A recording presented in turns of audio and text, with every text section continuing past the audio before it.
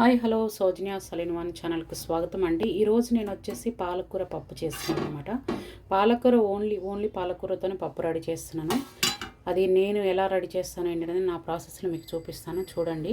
పాలకూరను అయితే శుభ్రంగా కడిగేసి ఒక 2-3 టైమ్స్ మంచిగా నీట్గా కడిగేసి కొత్తిమీర కూడా వేసుకున్నానండి. అందులోనే పాలకూరలోనే శుభ్రంగా కడిగేసి ఇలా ఉంచుకున్నాను. దానికి వచ్చేసి ఒక టమాటా చాలామంది పాలకూరలో వేయరండి, రాళ్ళు వస్తాయి అది అనేసి వేయరు. అది మాత్రం అపోహనే. టమాటా వాడచ్చు. ప్లస్ ఒక 2-3 పచ్చిమిర్చీలు కూడా చీలికలుగా చేసి ఇలా పెట్టుకున్నాను. తర్వాత ఏమేమి ఇంగ్రీడియంట్స్ వేస్తాను అనేది చూపిస్తాను. సింపుల్గా ఎలాగ వంట రాని వాళ్ళైనా సరే మనము మంచిగా పప్పు రెడీ చేసుకోవచ్చు అనమాట. కందిపప్పు తీసుకున్నాను. మాకు సరిపడా నలుగురికి సరిపడా కందిపప్పు తీసేసుకొని ఒక 2 చిన్న టీ గ్లాసులు కందిపప్పుని తీసేసుకొని శుభ్రంగా 2 టైమ్స్ కడిగేసి నీళ్ళు పోసి నానబెట్టేసాను అనమాట. 1/2 అవర్ నానింది ఈ కందిపప్పు అయితే.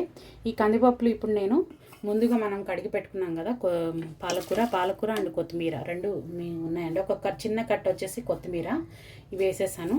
అదేవిధంగా నెక్స్ట్ వచ్చేసి ఒక టమాటా 3 పచ్చిమిరపకాయలు అండి, చిన్న సైజు పచ్చిమిరపకాయలు. అదేవిధంగా నెక్స్ట్ వచ్చేసి ఆయిల్ అండి, మంచిగా త్వరగా కుక్కు కావడానికి ఆయిల్ కూడా ఒక చిన్న టేబుల్ స్పూన్ వేసేసుకోండి. నెక్స్ట్ వచ్చేసి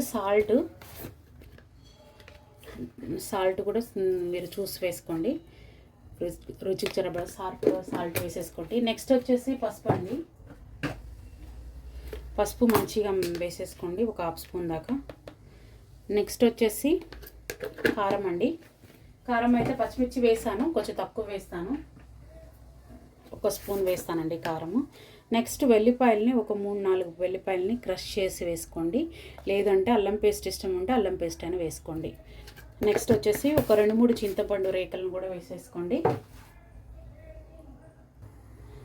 నెక్స్ట్ ఇప్పుడు కొంచెం అల్లం పేస్ట్ అండి, మీది ఆప్షనల్ అండి, వేసుకోవాలనుకుంటే వేసుకోండి. ఓన్లీ వెల్లిపాయలు కూడా క్రష్ చేసి వేసుకోండి. నేను వెల్లిపాయలు వచ్చేసి తాలింపులో వేస్తాను, అందుకని ఇప్పుడు వచ్చేసి నేను పప్పులో అల్లం పేస్ట్ కొంచెం అంత వేసాను. ఒక 2-3 రేకలు మాత్రము చింతపండు ఇలాగ తీసుకొని వేసుకోండి. చింతపండు అది కూడా మీరు నానపెట్టి వేసుకోవాలనుకుంటే వేసుకోండి. నేనంతా ఒకటే ఇలాగ సింపుల్గా అయిపోయే ప్రాసెస్ చూపిస్తున్నాను కాబట్టి ఈ విధంగా వేస్తున్నానండి. ఇది జస్ట్ ఒక్కసారి అట్లా తెరిలినాక మనకి కుక్కర్ విజిల్ పెట్టుకోవడమేను. చాలా సింపుల్గా ఈజీగా వంట రాని వాళ్ళు కూడా నేర్చుకోవచ్చు అండి. అదేవిధంగా మనకి పోలిక్ యాసిడ్ ఉంటుందండి పాలకూరలో. కంపల్సరీ ప్రెగ్నెంట్ లేడీస్ ఎవరైనా ఉన్నట్లయితే ఇంకా పాలకూరని డైలీ మీ డైట్లో చేర్చుకోండి, కంపల్సరీ ఈ పాలకూరని మీ డైట్లో కంపల్సరీ చేర్చుకోండి అండి. ఎవరైనా ప్రెగ్నెంట్ లేడీస్, మామూలు వాళ్ళు కూడా మంచిది, ఇంకా ప్రెగ్నెంట్ లేడీస్కి అయితే ప్రత్యేకంగా వాళ్ళకి ఇంకా మంచి బెనిఫిట్స్ ఉంటాయి అన్నమాట ఇందులో. ఇది ఒక్కసారి తెరలేక నేను కుక్కర్ విజిల్ పెట్టేస్తాను. ఇప్పుడే ఎందుకు విజిల్ పెట్టట్లేదంటే అది పొంగే ఛాన్సెస్ ఉంటుంది, అందుకోసమని పెట్టట్లేదు. కుక్కర్ అయితే విజిల్ పెట్టేస్తున్నానండి. విజిల్ పెట్టేసి ఒక 2-3 విజిల్స్ వచ్చాక మనము ఆఫ్ చేసేసుకుందాము. ఫ్రెండ్స్ 3 విజిల్స్ వచ్చాయి. నేనైతే కుక్కర్ విజిల్ తీయకుండా అలాగే పెట్టాను అనమాట. పప్పు చూడండి ఎంత మంచిగా ఉడికిపోయిందో. నేనైతే సింపుల్గా ఇదే ప్రాసెస్లో చేస్తాను. కావాలనుకుంటే మీరు కొంచెం చింతపండుని నానబెట్టే నీళ్ళు మీకు కొంచెం ఎక్కువగా కాకుండా కొంచెం లూజ్గా కావాలి పప్పు అనుకుంటే అలా చేయండి. నేనైతే ఇలా చేసుకుంటాను అనమాట. సింపుల్గా ఈజీగా అయిపోతే ఇప్పుడు తాలింపు ప్రాసెస్ చూద్దాము. ఇప్పుడు తాలింపు కోసం నేను ఒక గిన్నె పెట్టుకున్నానండి. గిన్నె పెట్టేసుకొని తాలింపు అయితే ఇందులో వేస్తున్నాను అనమాట.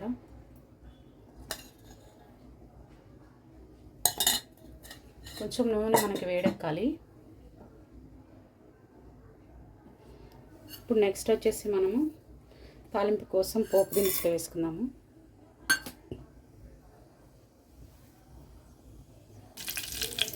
ఇప్పుడు నెక్స్ట్ వచ్చేసి మనము ముందుగా కట్ చేసి పెట్టుకున్న ఒక ఆనియన్, ఒక 2-3 ఎండుమిరపకాయలు, ప్లస్ ఒక రెమ్మ కరివేపాకు, ఒక 4-5 వచ్చేసి వెల్లుల్లిపాయలను కొంచెం ఇట్లా క్రష్ చేసి వేసుకోవాలి.